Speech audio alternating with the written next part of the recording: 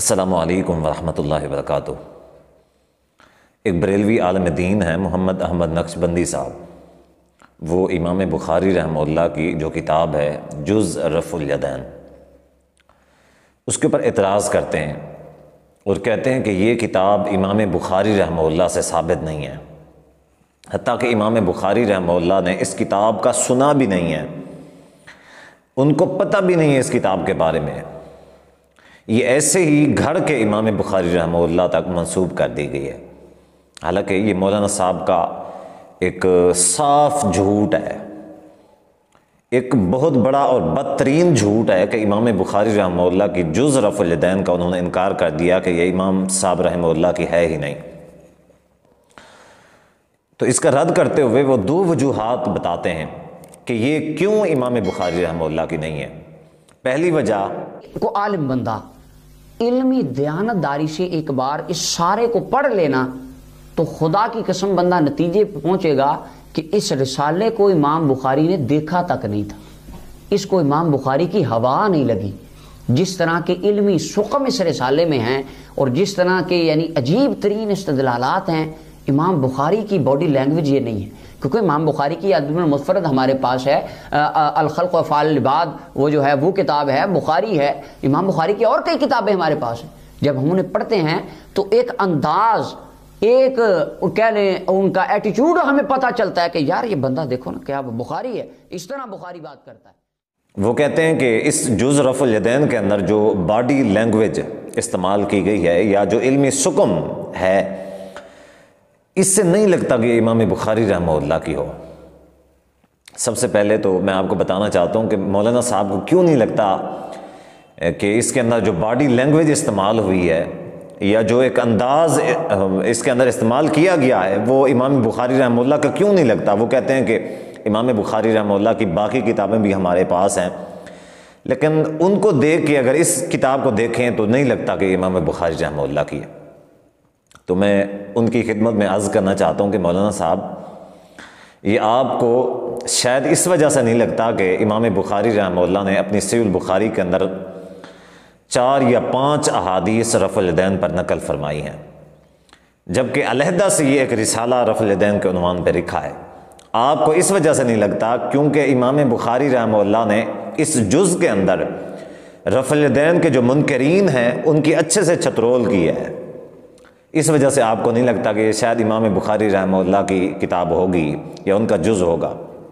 حالانکہ اگر آپ صحیح البخاری پڑھیں، آپ نے کہا کہ باقی جتنی بھی کتابیں ہیں امام بخاری رحمہ اللہ کی ہمارے پاس، ان میں کچھ اور انداز ہے لیکن اس میں کچھ اور انداز ہے، شاید آپ نے غور نہیں کیا۔ امام بخاری رحمہ اللہ کی صحیح البخاری ہے،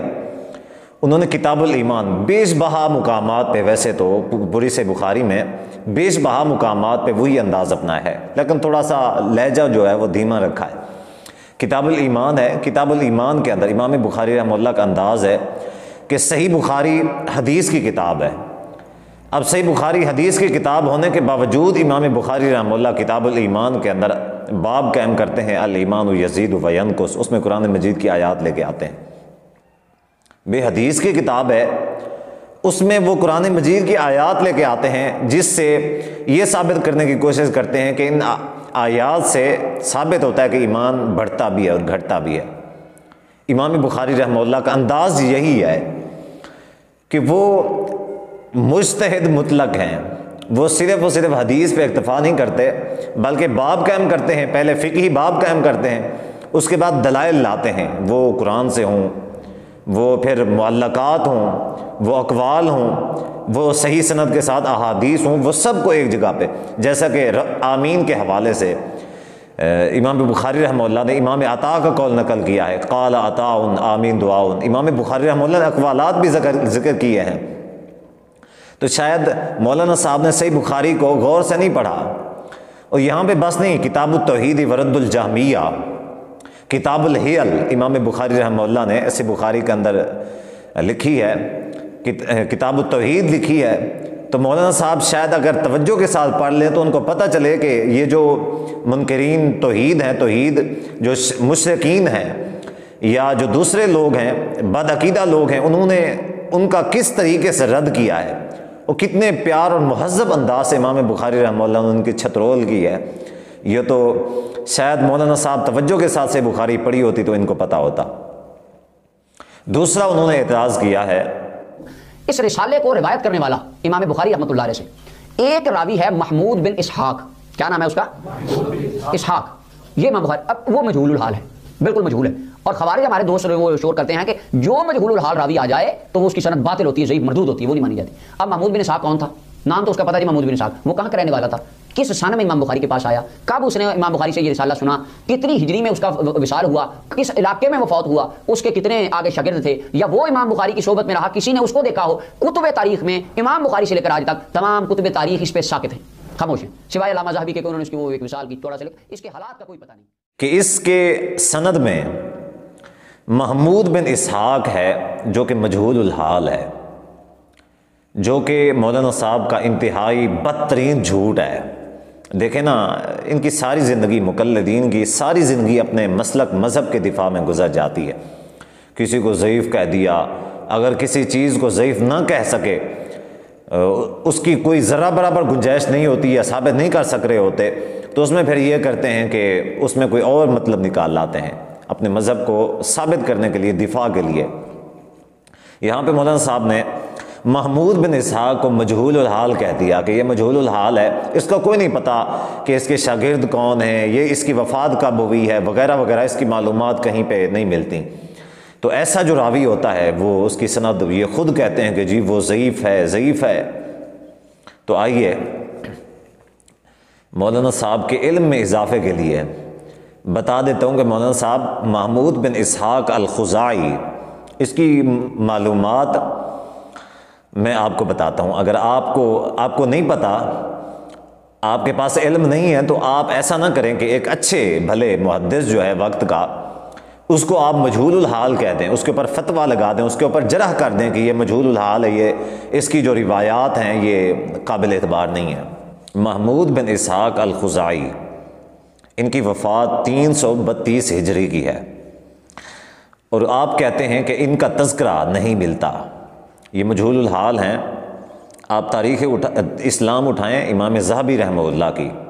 اس کے اندر امام ذہبی رحمہ اللہ نے جلد 25 ہے اور صفحہ 83 ہے، ان کا مفصل ذکر کیا ہے امام ذہبی رحمہ اللہ نے۔ آپ نے خود بھی اقرار کیا ہے کہ سوائے امام ذہبی کے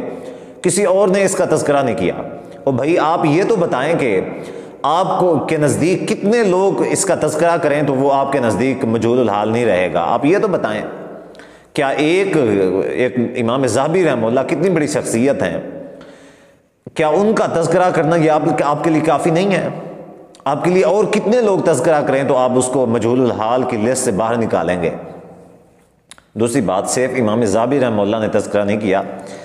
بلکہ الارشاد فی معرفت علماء الحدیث، علامہ خلیلی رحمہ اللہ کی کتاب ہے، اس میں جلد 3 اور صفحہ 968 ہے، انہوں نے بھی تذکرہ کیا ہے محمود بن اسحاق الخزاعی رحمہ اللہ کا۔ اب کہتے ہیں کسی نے تذکرہ نہیں کیا۔ اب آئیں، ان کی وفات کا میں نے آپ کو بتا دیا ہے، آپ نے کہا کہ اس کی وفات کا نہیں پتا، اس کے شاگردوں کا بھی میں آپ کو بتا رہا ہوں۔ 3 شاگرد محمود بن اسحاق الخزاعی رحمۃ اللہ علیہ کے 3 مشہور اور بڑے شاگرد جو مشہور ہوئے، ایک علامہ الملاحمی رحمہ اللہ ہے، دوسرے احمد بن محمد بن حسین الرازی ہیں، اور تیسرے احمد بن علی بن عمر السلیمانی ہیں۔ یہ 3 ان کے شاگرد مشہور ہیں۔ آپ تو ان کو مجہول الحال کہہ رہے ہیں، ان کے شاگرد بہت بڑے مشہور محدث تھے۔ تاریخ بغداد ہے خطیب بغدادی رحمہ اللہ کی، اسی طرح تذکرۃ الحفاظ ہے امام ذہبی رحمہ اللہ کی، اس میں اس کے شاگرد، یہ جو 3 شاگرد ہیں ان کا تذکرہ موجود ہے، جبکہ آپ اس کو مجہول الحال ڈکلیئر کیے ہوئے ہیں۔ آپ کہتے ہیں کہ اس کا کہیں پہ تذکرہ نہیں ملتا، اس کی وفات کا نہیں پتہ، کون سے علاقے کا تھا، اس کے شاگرد کون تھے، وغیرہ وغیرہ۔ دوسری بات یہ ہے کہ امام ابن حجر، حافظ ابن حجر الاسقلانی رحمہ اللہ نے اس کو ثقہ قرار دیا ہے۔ حافظ ابن حجر الاسقلانی رحمہ اللہ جو ماہر امام ہے اسماء الرجال کے، جرح و تعدیل کے ماہر امام ہیں، انہوں نے اس کو ثقہ قرار دیا ہے۔ اب آئیں، حافظ ابن حجر الاسقلانی رحمہ اللہ کی کتاب ہے موافقۃ الخبر فی تخریج احادیث المختصر، اس کی جلد 1 ہے اور صفحہ 417 ہے۔ اس محمود بن اسحاق الخزائی کی جو روایت ہے اس کو حافظ ابن حجر العسقلانی رحمہ اللہ نے حسن قرار دیا ہے۔ آپ کہتے ہیں کہ اس کی جو ہے وہ یہ قابل اعتماد نہیں ہے۔ حافظ ابن حجر العسقلانی رحمہ اللہ نے اگر ثقہ قرار دیا ہے، آپ کی کیا حیثیت ہے کہ جس کو وہ ثقہ قرار دیں آپ اس کو مجہول الحال کہیں؟ مولانا صاحب کی خدمت میں عرض کرنا چاہوں گا کہ مولانا صاحب کچھ خدا کا خوف کریں۔ یہ جو کتاب ہے جز رفع الیدین ہے، یہ امام بخاری رحمہ اللہ کا ہی رسالہ ہے۔ آپ اس کا رد کسی بھی صورت نہیں کر سکتے، کسی بھی صورت آپ اس کو امام بخاری رحمہ اللہ سے غیر ثابت قرار نہیں دے سکتے۔ اور دوسری بات یہ ہے کہ میں حیران اس بات پہ ہوں کہ رفع الیدین کے رد پر یہ کوشش کرتے ہیں، حالانکہ اتنی ساری احادیث رفع الیدین کے متعلق، اگر امام بخاری رحمہ اللہ یہ جز نہ بھی لکھتے تو اتنی ساری احادیث ہیں رفع الیدین کے متعلق، یہ پتہ نہیں صحیح سند کے ساتھ، یہ پتہ نہیں اس کا کیوں رد کرنے پہ تلے ہوئے، اس کا انکار کرنے پہ کیوں تلے ہوئے ہیں، جبکہ شب برات ہے، شب برات پہ ضعیف روایات ملتی ہیں تو کہتے ہیں کہ ضعیف روایات چونکہ کثرت کے ساتھ ہیں تو کثرت کے ساتھ ہونے کی وجہ سے یہ رات ثابت ہو جاتی ہے۔ خود مانتے ہیں کہ شب برات ضعیف ہے، اس میں کوئی ایک روایت بھی صحیح سند کے ساتھ نہیں ملتی، کسی بھی چیز کی کثرت جو ہے وہ اس کی صحت پہ ہوتی ہے۔ اب یہاں پہ رفع الیدین کی 450 سے زیادہ روایات ملتی ہیں، جبکہ صحیح سند کے ساتھ صحیح بخاری کے اندر ملتی ہیں، صحیح مسلم کے اندر ملتی ہیں۔ یہ تو آپ بھی مانتے ہیں کہ صحیحین کی کوئی ایک حدیث بھی ضعیف نہیں ہے، تو کیوں انکار کرنے پہ تلے ہوئے ہیں؟ چلیں امام بخاری رحمہ اللہ کی اس کو غیر ثابت بھی مان لیں تو بھی رفع الیدین غیر ثابت نہیں ہوگا، لیکن چیز آئے کہ یہ جو ان کی جز ہے، یہ جو ان کا رسالہ ہے، یہ کسی بھی صورت غیر ثابت نہیں ہے۔